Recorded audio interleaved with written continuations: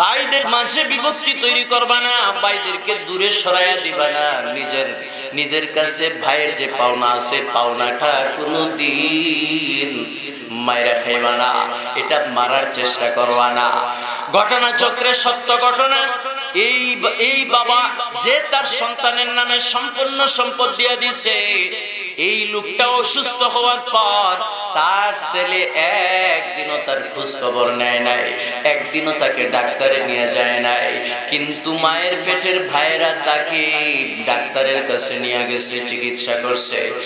দেশের ডাক্তাররা বলছে তাকে বিদেশে পাঠাইতে হবে, ভাইয়েরা তার পয়সার ব্যবস্থা করে বিদেশে চিকিৎসা করাইছে। ওই লোকটা মনে মনে ভাবতেছে, আমি তো মনে করছিলাম আমি মারা যাওয়ার পর আমার ভাইরা আমার সম্পদের ভাগ পাওয়া যাবে, ভাগ পাইলে আমার ছেলের সম্পদটা কমে যাবে। কিন্তু আমি তো বড় ভুল করেছি, আমার ভাইদের জন্য ভাগটা আমার আল্লাহ যেটা দিছে ওইটা যদি আমি বলবৎ রাখতাম, তাইলে তো আমার ভাইরা এখন আমাকে আরো বেশি সেবা দিত। কথা কন না, ঠিক না? ঠিক না? এই আল্লাহ আহকামুল হাকিমের কোরআনুল কারীমে পরিষ্কার ভাবে জানায়া দিয়েছে, ছেলে আর মেয়ের মাঝে কোনোদিন তফাৎ কইরো না। আরেকজনের ঘটনা কিতাবের মধ্যে লেখছে, এক বাবা তার মেয়ের সব সম্পদ লিখে দিয়ে দিছে, একজন ছেলেরও কোনো সম্পদ দেয় নাই, মেয়ের সম্পদ লিখে দিছে।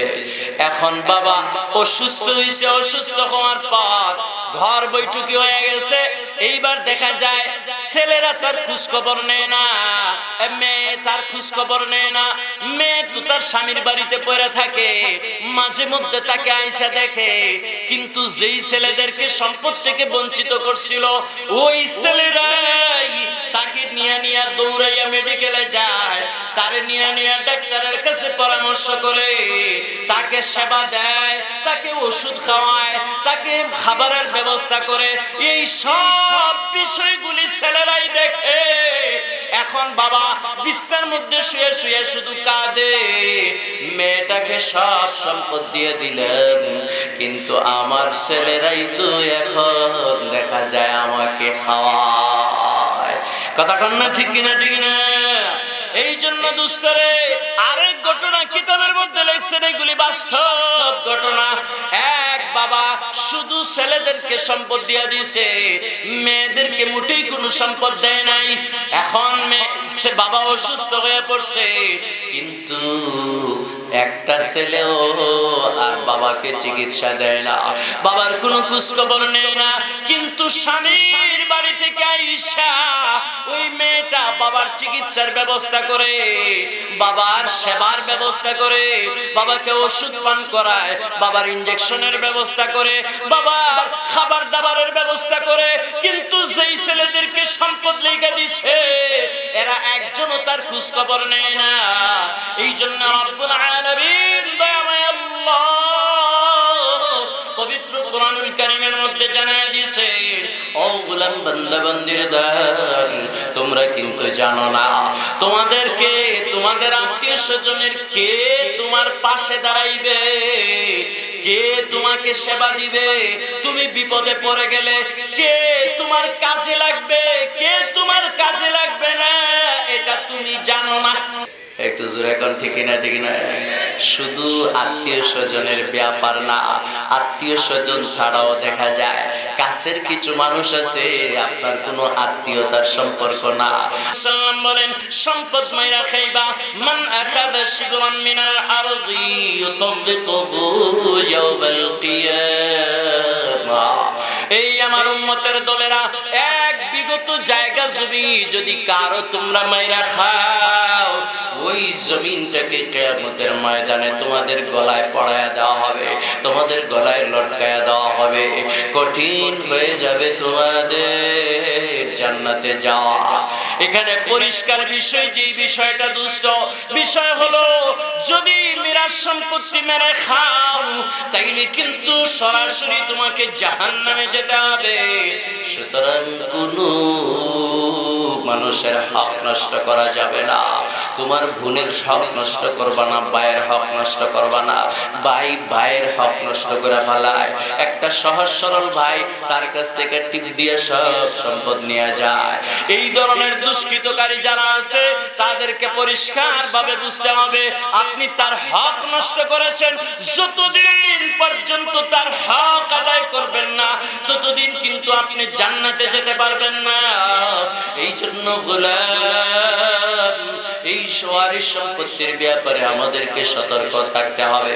বর্তমান প্রজন্মের যে সমস্ত মানুষগুলি আছে এরা অধিকাংশ আমরা দেখতেছি এই ওয়ারিশ সম্পত্তি একজন আরেকজনের মায়েরা খাইতেছে। এই জন্য কাল হাসরের মাঠে তারা আটকা পড়ে যাবে। কথা কন না, ঠিক কিনা? ঠিক না? এই ওয়ারিশ সম্পত্তির জন্য আটকা পড়ে যাইবা, এটা নিশ্চিত আটকা পড়ে যাওয়া। এই জন্য আজকে সম্পদের প্রতি আমাদের অত্যন্ত লোভ। এই লোভ এমন কিছু মানুষের ব্যাপারে আমাদের কাছে খবর আছে যে কিছু মৌলবীরাও বুঝি বইয়ের সম্পদ মারে। এই ভাই ভালো করে বুঝেন, সাধারণ মানুষ তো কঠিন বিষয়, কিছু জাননে শুননেওয়ালা মানুষ পর্যন্ত তাদের বোনদের সম্পদ মারে ফেলে। আল্লাহর আদালতে জবাব দেবার কোনো ধরনের সুযোগ নাই, জবাব দেবার কোনো ধরনের সুযোগ নাই। দোস্ত আহবাব, ওয়ারিশ সম্পত্তির এটা আল্লাহ পাক রব্বুল আলামিন নিজে যেই বিধান দিয়া দিয়েছেন, আল্লাহ যেই মাপকাঠি দিয়া দিয়েছেন, এই মাপকাঠি অনুযায়ী যদি সম্পত্তি বন্টন না হয়, একজন আরেকজনের সম্পদ গ্রাস করে ফেলে, আল্লাহ কামুল হাকিমিনের আদালত থেকে একজনও রেহাই পাবে না, একজনও রেহাই পাবে না। এই জন্য দুষ্ট আহবাব, ওয়ারিশ সম্পত্তির ব্যাপারে আমাদেরকে খুব বেশি সতর্ক থাকতে হবে, খুব বেশি সতর্ক থাকতে হবে। আপনার সম্পদ, আপনার সম্পদে আপনি আপনার যাদের পাওনা আপনার কাছে আছে, যাদেরকে আল্লাহ আপনার রিশতা হিসাবে ঘোষণা করেছে, এরা আপনার সম্পদ পাবে। এদের ভাগ, এদের যে ভাগটা আছে এটাকে কখনো আপনি নোকসান করবেন না। আপনি তার ভাগটাকে কমানোর চেষ্টা করবেন। আপনি সেপারেট যদি কাউকে দিতে চান, এটা আপনার ব্যক্তিগত বিষয় থেকে দিবেন। আপনার যৌথ সম্পত্তি থেকে আপনার কোনো এক সন্তানকে বেশি দেওয়া, কোনো এক সন্তানকে কম দেওয়া, এটাও ঠিক না। আর একটা বিষয় হলো যে সম্পদের ব্যাপারে আরেকটা গুরুত্বপূর্ণ বিষয় হলো দোস্ত, আপনার সন্তানরে দুনিয়ায় আপনি গরিব রেখা যাওয়ার চেষ্টা করবেন না। এক গ্রুপ মানুষ খুব বেশি টায়ার্ড, এরা খুব বেশি রাগী, ছেলে মেয়ে কথা শুনে না। ছেলে মেয়ে যখন কথা শুনে না তখন করে কি, যা সব সম্পদ অমুকের ছেলেরে লেখা দিয়ে চলে যাবো, তো করে এক ইঞ্চি জমি আসলে রাগ করে নিজের সম্পদ আরেক বেটার ছেলেরে দিয়ে গেছে, আরেকজনের মেয়েরে দিয়ে গেছে, নিজের ছেলে মেয়েরে সম্পত্তি থেকে কি করছে, বঞ্চিত করছে। এটাও শরীয়তে মারাত্মক গুনাহ, এই কাজ করা যাবে না। সন্তান আপনার দোষে গুণে মানুষে দোষী হইতে পারে, এই জন্য দোষের কারণে তাকে সম্পদ থেকে বঞ্চিত করা এটাও মারাত্মক বড় গুনাহ, এটা করা যাবে না। দুষ্ট আহবাব, আরেকটা বদঅভ্যাস আমাদের, কেউ আছে বেশি সুফিগিরি দেখে, বেশি সুফিগিরি দেখানেওয়ালা কিছু মানুষ আছে, যা তগরে দিব না, এই সব সম্পদ মসজিদ মাদ্রাসা দিয়ে যাবো, এইরকম এক ফাড়ি আছে। কি কথা বুঝতেছেন আপনারা? সব সম্পদ মাদ্রাসা দিয়ে গেছে, সব সম্পদ মসজিদে দিয়ে গেছে, এটাও জায়েজ। দেখেন পরিষ্কার হাদিস, হযরত রাসূল করিম সাল্লাল্লাহু আলাইহি ওয়াসাল্লামের এক সাহাবী সাদ রাদিয়াল্লাহু তাআলা মৃত্যু সজ্জায় রাসূল করিম সাল্লাল্লাহু আলাইহি ওয়াসাল্লাম গেলেন দেখতে।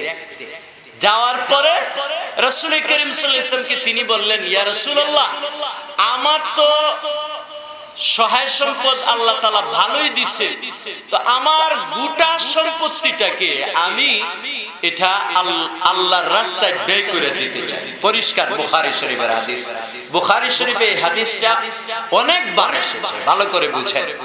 তো রাসূল করিম সাল্লাল্লাহু আলাইহি ওয়াসাল্লাম কে বললেন সব সম্পত্তি তিনি আল্লাহর রাস্তায় দিয়ে দিতে চান। রাসূল করিম সাল্লাল্লাহু আলাইহি ওয়াসাল্লাম না কশিন কালেও তুমি এই কাজ। তো রাসূল করিম সাল্লাল্লাহু আলাইহি ওয়াসাল্লাম বললেন তাইলে কি করব? তো সাদ বললেন ইয়া রাসূলুল্লাহ এক কাজ করেন, তাইলে অর্ধেক দিয়া দেন। আল্লাহর রাসূল বলেন না, অর্ধেকও দেওয়া যাবে। দেখেন ভালো করে বুঝেন, এটা পরিষ্কার সহিহ হাদিস। আল্লাহর রাসূল বলেন কি অর্ধেকও দেওয়া যাবে না। এরপরে বললেন কি যে তাইলে 3 ভাগের 1 ভাগ, 3 ভাগের 1 ভাগ দিয়ে যায়। রাসূল করিম সাল্লাল্লাহু আলাইহি ওয়াসাল্লাম বললেন এইটা দিতে পারো, তবে এটাও বেশি হয়ে যায়। বলেন সুবহানাল্লাহ। এই জোরে কাও সুবহানাল্লাহ। আল্লাহ এবং আল্লাহর রাসূল আমাদের পক্ষে না বিপক্ষে? এই জোরে কোন পক্ষে না বিপক্ষে? ইসলাম আমাদের পক্ষে না বিপক্ষে? ইসলাম আমাদের পক্ষে। ইসলাম যদি মনে করত আমার সব সম্পদ আল্লাহর রাস্তায় বিলিয়ে দিলে আমার সবচেয়ে বেশি সওয়াব হবে, তাইলে ইসলাম সেটাই বলতো। কিন্তু ইসলাম সেটা বলে নাই তোমার সমস্ত সম্পদ আল্লাহর রাস্তায় মসজিদে দিয়ে যাইবা, তোমার সব সম্পদ মাদ্রাসায় দিয়ে যাইবা। এটা আল্লাহর রাসূল সাল্লাল্লাহু আলাইহি ওয়াসাল্লাম বলেন নাই। এক সাহাবী, রাসূল করিম সাল্লাল্লাহু আলাইহি ওয়াসাল্লামের সাহাবী, এই সাহাবী একজন সন্তানও নাই, তিনি যে বলতেছেন ইয়া রাসূলুল্লাহ আমার সব সম্পদ আমি আল্লাহর রাস্তায় দিতে চাই। আল্লাহর রাসূল সাল্লাল্লাহু আলাইহি ওয়াসাল্লাম বলেন তোমার সন্তান নাই তো কি হইছে? তোমার ভাই আছে, ভাতিজা আছে, তারা তো আছে। তোমার সন্তান নাই, তোমার আসাবা আছে, তোমার আত্মীয়স্বজনরা আছে, এরা তোমার সম্পদে ভাগ পাইবে। তুমি সব সম্পদ আল্লাহর রাস্তায় দেওয়ার দরকার নাই। কোরআনে কারীমেও আয়াত আছে ফাসসুলুসু। হ্যাঁ, যদি তুমি দান করতে চাও আল্লাহর রাস্তায় ওয়াকফ করতে চাও, তাইলে 3 ভাগের 1 ভাগ দান করো। 3 ভাগের 1 ভাগ দান করো। আল্লাহর রাসূল বলেন 3 ভাগের 1 ভাগটাও বেশি হয়ে যায়। আল্লাহর রাসূল সাল্লাল্লাহু আলাইহি ওয়াসাল্লাম বলেন তোমাদের সন্তানদেরকে মানুষের মুখাপেক্ষী রেখে যাওয়া। ইয়াতাকাফফাফুনা নাসা। হ্যাঁ, আল্লাহর রাসূল বলছেন অন্যান্য মানুষের মুখাপেক্ষী রেখে যাওয়া, ভিক্ষুক রেখে যাওয়া, সাইল হিসাবে তাকে রেখে যাওয়ার চাইতে তার জন্য সম্পদ রেখে যাওয়া তোমাদের জন্য উত্তম। জোরে কোন সুবহানাল্লাহ। আল্লাহর রাসূল সাল্লাল্লাহু আলাইহি ওয়াসাল্লাম হাদিস শরীফে বর্ণনা করেছেন তোমার সন্তানরে অন্যের মুখাপেক্ষী রেখে যাওয়ার চাইতে তার জন্য কিছু সম্পদ রেখে যাওয়া এটা তোমাদের জন্য উত্তম। সুবহানাল্লাহ। ও দোস্ত, এই জন্য সন্তানদের জন্য কিছু সহায় সম্পদ তাদের চলাফেরার জন্য রাইখা যাওয়া এটা মুমিনের জন্য জরুরি, আবশ্যক। আপনি সুফিগিরি দেখাইয়া সব আল্লাহর রাস্তায় দিয়ে যাইবেন, এটা আল্লাহ এবং রাসূলের পদ্ধতি না। কথা কন না, ঠিক কিনা? ঠিক না? এটা আল্লাহ এবং রাসূলের পদ্ধতি না। দুষ্ট আহবাব, তাদের জন্য কিছু হইলো রাইখা যাইবেন। আর না হয় বর্তমান যে যুগ, মরলে পরে বলবো হালার ফুতে আমগরে ভিখারি বানায়া গেছে। কি কথা কয় না? জোরে কন না, ঠিক কিনা? ঠিক না? গালি দিয়া বলবে, গালি দিয়া বলবে 12 মাসের মাঝে একদিনও আপনার খবর জিয়ারতেও যাইবে না। কথা কয় না, ঠিক কিনা? ঠিক না? হে আমগরে ভিখারি বানায়া গেছে, এর খবর জিয়ারত এরকম ছেলে মেয়ে আছে কি আছে না? গালি দিবে, গালি দিবে। এই জন্য দুষ্ট আহবাব এইরকম রেখা যাবেন না। সন্তানদের জন্য কিছুটা হইলেও সম্পত্তি রেখে যাওয়া তাদের চলাফেরার জন্য এটা উত্তম। দুষ্ট আহবাব, ইসলামের যে মিরাস নীতি আছে এটা আল্লাহ প্রদত্ত আমাদের জন্য একটা নিয়ামত। এই নিয়ামত আমরা অনুসরণ করলে আমাদের মাঝে সুখ, সমৃদ্ধি, শান্তি, শৃঙ্খলা এটা আসবে। আর না হয় ভাই বোনের প্রতি জুলুম করলে বোনের ভাইয়ের প্রতি সারাটা জীবন একটা অভিশাপ থাকবে। কথা কোন ঠিক কিনা? ঠিক না? অভিশাপ থাকবে। তুমি ভাই যদি আলেম হও না জালেম হও, তোমার বোন মৃত্যুর আগ পর্যন্ত তোমাকে লানত দিতে থাকবে, অভিশাপ দিতে থাকবে। আমার কানে শোনা, আমার কানে শোনা এক মহিলা তার ভাইকে সামনাসামনি বলতেছেন, আমি শেষ বিচারের আদালতেও, আল্লাহর আদালতে তোমার ব্যাপারে আমি মামলা দায়ের করব, তুমি কেন আমার বাবার সম্পত্তির ভাগ আমাকে দিলা না? নাউজুবিল্লাহ, কত বড় কথা। দোস্ত, বাঁচার কোনো সুযোগ নাই। এই জন্য আল্লাহ প্রদত্ত বিধান, মিরাসের যেই নীতি এবং ভাগ বাটোয়ারা আল্লাহ তাআলা যেইভাবে করে দিয়েছেন, ছেলে যতটুকু পাবে ততটুকু ছেলেকে বুঝাইয়া দিতে হবে, মেয়ে যতটুকু পাবে মেয়েকে বুঝাইয়া দিতে হবে, বাবা যতটুকু পাবে বাবাকে সেটা বুঝাইয়া দিতে হবে, মা যতটুকু পাবে মাকে সেটা বুঝাইয়া দিতে হবে। দেখেন, স্বামী মারা গেছে, সন্তান রেখে গেছে, সন্তান এর সাথে মাও কিন্তু স্বামীর সম্পদের ভাগ পায়। কথা কন না ঠিক কিনা? ঠিক না? এই কিছু কিছু জায়গার মধ্যে এমন আছে, বাবা মরে গেছে, মা জীবিত আছে, মার কোনো অংশই রাখে না, হেরা ছেলেরা ভাগ করে নিয়ে যায়। কথা কয়, কথা কন না ঠিক কিনা? ঠিক না? এই তুমি এরকম করবা কেন? তোমার মা তো এটা কবরে নিয়ে যাবে না। আল্লাহ যেইভাবে বিধান দিছে, আল্লাহর বিধান মতো তোমার মার যেই পাওনা আছে, সে সুলুস পাবে, কোন সময় রুবু পাবে, কোন সময় সে আপনার সুদুস পাবে। এই যে যে অংশটা সে পাবে, এই অংশটা তারে দিয়ে দাও। মা মরলে তো তোমরা তোমাদের মায়ের সম্পদের ভাগ পাই যাইবা। কথা কোন ঠিক কিনা? ঠিক না? আল্লাহ আহকামুল হাকিমিন যেই সুষম বন্টন নীতি, মিরাসের যেই বন্টন নীতিটা আল্লাহ তাআলা দিয়েছেন, এটা সুষম ইনসাফ ভিত্তিক। এই ইনসাফ ভিত্তিক ওয়ারিস সম্পত্তি ভাগ বাটোয়ারা করা, এটা আল্লাহ প্রদত্ত বিধান। এই বিধান আমাদেরকে মানতে হবে। এই বিধানের বাহিরে কাজ করলে জাহান্নামে যেতে হবে। কথা কোন ঠিক কিনা? ঠিক না? আল্লাহ জাল্লে শানুহু আমাদের প্রত্যেককে এই কথাগুলির উপর আমল করার তৌফিক দান করুক, এবং ইসলাম যে মিরাস নীতি আমাদেরকে দিয়েছে, এই নীতি অনুসরণ করে আমাদেরকে চলার তৌফিক দান করুক। দোস্ত, সময়টা বড় কঠিন। এই সময়ে মিরাস সম্পত্তির যথাযথ ভাগ বাটোয়ারা করা, এটা সহি ইমানদার, সত্যিকারের ইমানদার ছাড়া, ইমানদার মানুষ ছাড়া এইগুলি পরিশোধ করা, এইগুলি পাওয়া বড় কঠিন। এই জন্য আপনাদের পায়ে হাত রেখে বলে গেলাম, আমাদের এই সামাজিক অব্যবস্থাপনার সাথে সাথে রাষ্ট্রীয় অব্যবস্থাপনাও আছে। কথা কন না ঠিক কিনা? ঠিক না? রাষ্ট্রীয় ব্যবস্থাপনাও আছে। এখনো আমাদের মিরাস নীতিটাকে, ইসলামের মিরাস নীতিটাকে গণপ্রজাতন্ত্রী বাংলাদেশ সরকার এখনো অস্বীকার করে নাই, কিন্তু তারা বিভিন্ন ধরনের কূটকৌশল আঁকতেছে। এরা নারী পুরুষের সমান অধিকারের স্লোগান বহু আগে উঠাইছে। কথা কন না? এই স্লোগান বহু আগে উঠাইয়া দিছে। এখন তারা এটারে কার্যকরতার দিক দিয়ে যাচ্ছে, যেন বাবার সম্পত্তিতে ছেলের সমান মেয়ে পায়। এটার আওয়াজও তারা উঠাইয়া দিছে।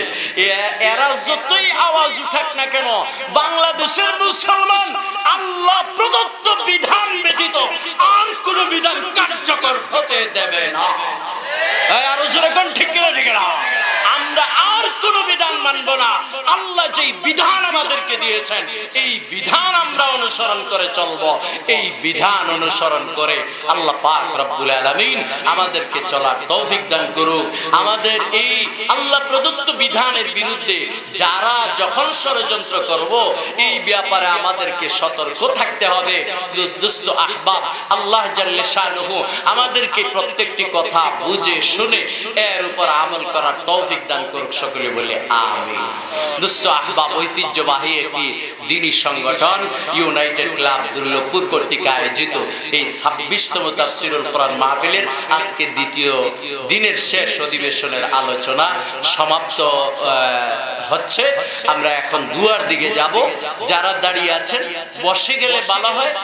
এখন মুনাজাত হয়ে যাবে, একটু বসে যাই আমরা সকলে। হ্যাঁ, যারা বাইরে আছেন, হ্যাঁ আপনাদের তো খাবারের ব্যবস্থা আছে রে ভাই, খাবারের ব্যবস্থা আছে, তাবারকের ব্যবস্থা আছে, সিন্নির ব্যবস্থা আছে। তো আপনারা যদি ভিতরে ঢুকে যান তাইলে কিন্তু ভালো হয়। এইভাবে বাইরে থাকলে কিন্তু আপনাদেরকে খাবার দেওয়া যাবে না, বিশৃঙ্খলা হবে। দয়া করে আপনারা ভেতরে ঢুকে যান, ভেতরে ঢুকে যান, ইনশাআল্লাহ ভেতরে ঢুকে যান, দোয়া হবে। আমাদের এই ইউনাইটেড ক্লাবের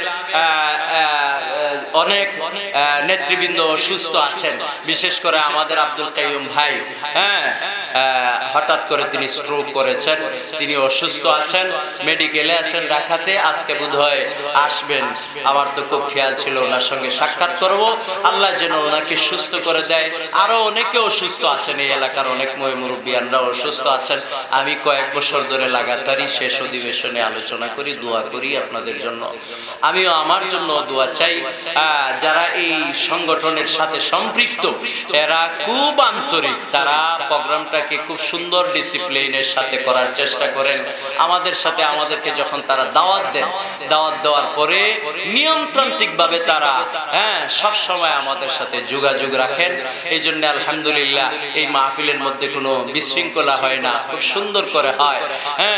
এই মাহফিলে আপনারা সকলে সাহায্য সহযোগিতা করেন আন্তরিকতার সাথে, ভবিষ্যতেও আপনারা সহযোগিতা করবেন এবং মাহফিলে শ্রম দিবেন, ঘাম দিবেন। আল্লাহ আহকামুল হাকিমিন এই প্রতিষ্ঠানটাকে কবুল করে এই এলাকার মানুষের জন্য এই তাফসীর মাহফিলটাকে যেন নাজাতের উসিলা করে। আমিন ওয়া আখির দাওয়ানা আলহামদুলিল্লাহি রাব্বিল আলামিন। সকলে